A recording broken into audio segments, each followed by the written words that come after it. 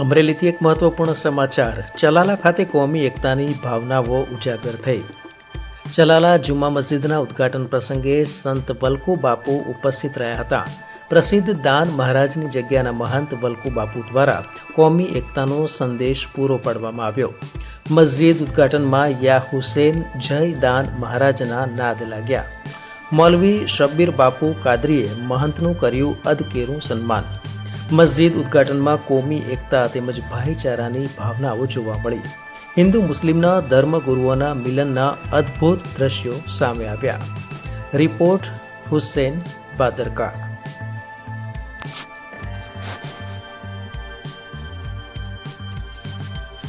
झुमझुम पानी देता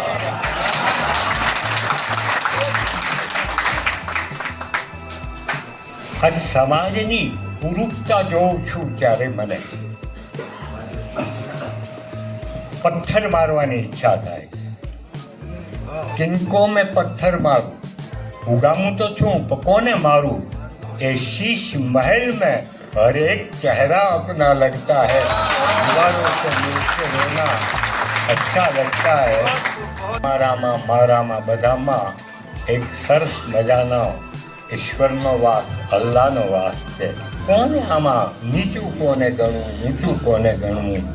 આ એક આપણી એક ધરોહર. આ તો ઠીક છે, એક શેરીમાં બધા હાલ્યા જાય ને તો ગીર્દી થાય એટલે અડધાને આમ રાખે ને અડધા આમ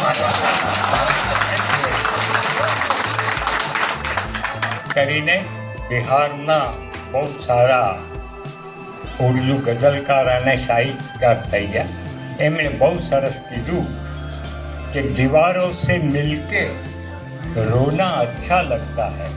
मैं देखता हूँ यहाँ मस्जिद में एक भी मूर्ति नहीं है, चारों ही तरफ दीवार ही दीवार है. फिर भी यहाँ हम जाते हैं तो हमारे आँख में से आंसू बह जाते हैं. दीवारों से मिलके रोना अच्छा लगता है, हम भी पागल हो जाएंगे ऐसा लगता है. या खुदा, तेरे दीदार करते ही हमारा मानसिक अस्थिरता हम पैदा हो जाते हैं. दीवारों से मिलके रोना अच्छा लगता है.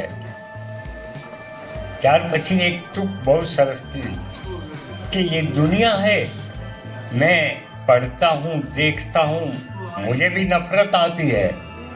ये दीवारों से मिलके शाम समय इस सूने घर में યાદોं કા મેલા लगता है.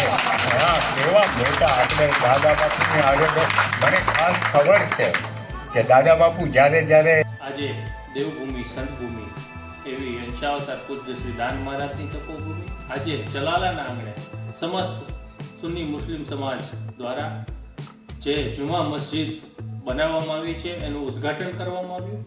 આ તકે અંશાવતાર પૂજ્ય શ્રી દાન મહારાજની જગ્યાના મહંત મહારાજ પૂજ્ય શ્રી વલ્કુ બાપુ, સૈયદ શ્રી શબીર બાપુ તેમજ હિન્દુ મુસ્લિમ સમાજના સૌ બિરાદરો મોટી સંખ્યામાં ઉપસ્થિત રહ્યા હતા.